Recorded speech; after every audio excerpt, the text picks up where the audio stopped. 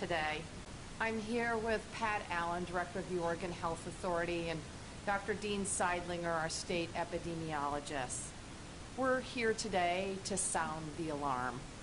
The COVID-19 disease is spreading rapidly across the entire state of Oregon, and each and every one of us needs to take action, immediate action, to slow the spread of this disease. Let me share a few sobering facts.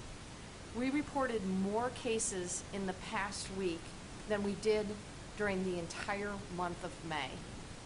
The last time we had 100 cases in a single day was more than a month ago. Half of all cases are from people under the age of 40, and 1/3 of all cases are from people under the age of 30. Right now, people in their 20s and 30s are far and away the most likely group to get sick with COVID-19. We also announced the second death of an Oregonian in their 30s. We have done so much. We have come so far. We have sacrificed so deeply. We cannot let this virus get the best of us. This spring, we came together by literally staying apart. We were tremendously successful. As spring turned into summer, we began to reopen our businesses and venture out a little bit. Today, we are sounding the alarm because we are at risk of allowing the virus to spiral out of control. This is what we saw in New York this spring, and it's what we're seeing today in Texas, Florida, and Arizona. The question now is whether Oregon will be the next New York or the next Texas. The pandemic shows how closely our lives are intertwined. If I don't wear a face covering, I put my friend at risk.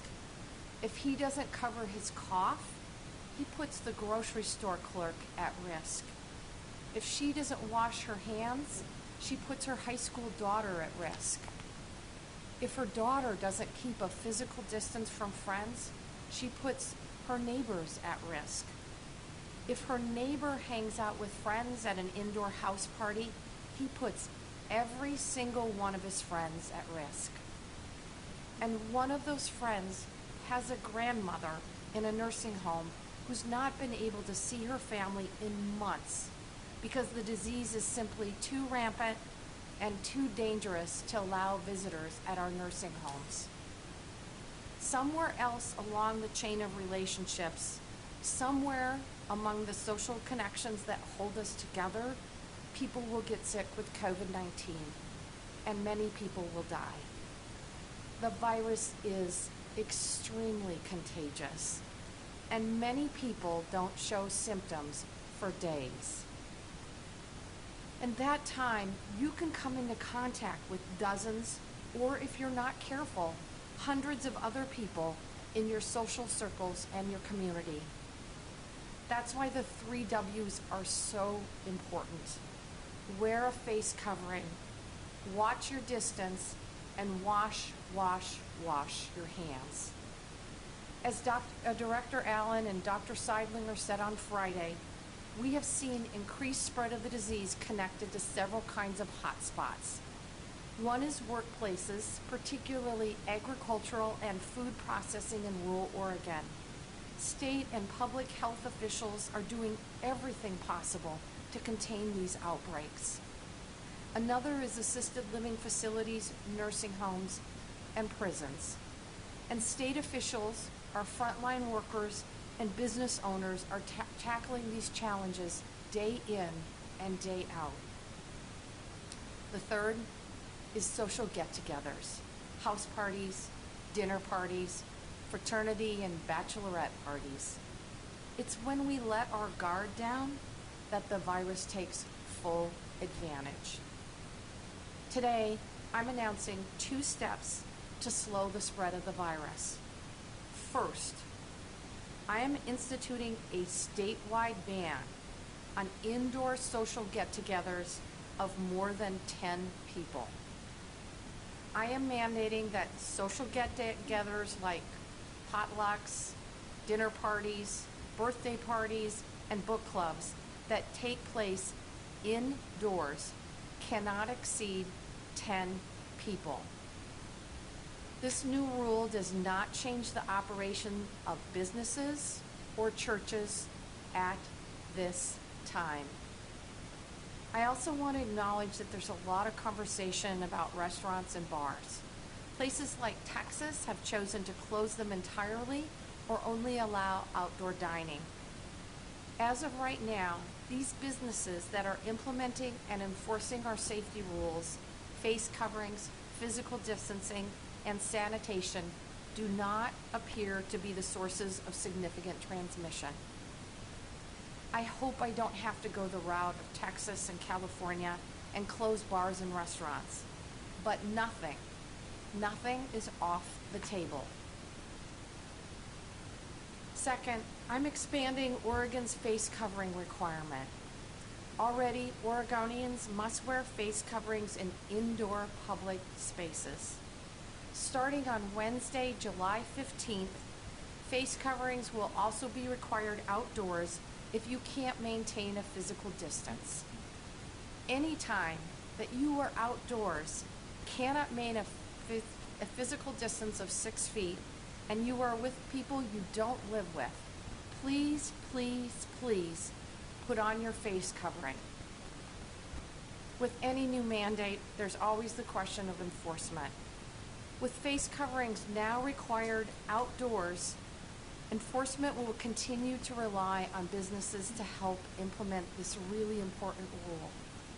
If a restaurant has outdoor seating, for example, or if a grocery store has a line out front, or if a venue is hosting an event, businesses will have to include face coverings outdoors as part of their operational plan, just as they have for indoor spaces.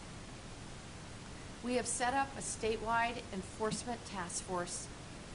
Throughout the reopening, we've been concentrating on an education-first approach, helping businesses across the state to follow these rules. Unfortunately, not everyone is willing to work with us, and sometimes our team needs to intervene in order to make sure that all Oregonians are safe. Over the 4th of July holiday weekend, for example, the Oregon Liquor Control Commission, working in concert with OSHA, visited 800 businesses across the state in an effort to ensure compliance. For those businesses that are not following the rules, there will be serious consequences, including citations, fines, and ultimately closing down businesses that refuse to protect their employees and their customers. I've also directed my team to meet with business leaders to identify any and all other safety protocols that can be put in place immediately to slow the spread of the disease. We need to do absolutely everything we can to reduce transmissions in ways that do not require us to close down businesses again. Let's be honest, state enforcement of limits on the size of indoor social get-togethers will be difficult. I'm not going to set up the party police. However, the proof here will be in the numbers. Either people will adhere to this requirement and become a positive force for stopping COVID-19, or I will be forced to take more restrictive measures. No one wants that.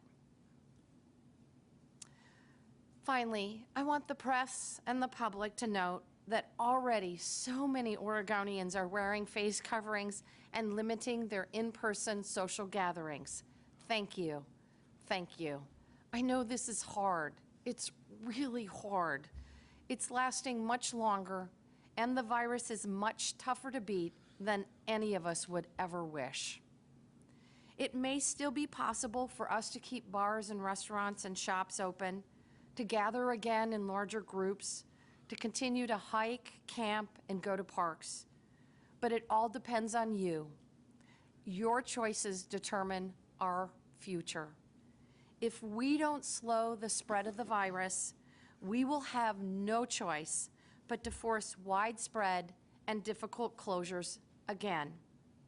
So please, wear a face covering, watch your physical distance, and wash your hands. We are truly all in this together.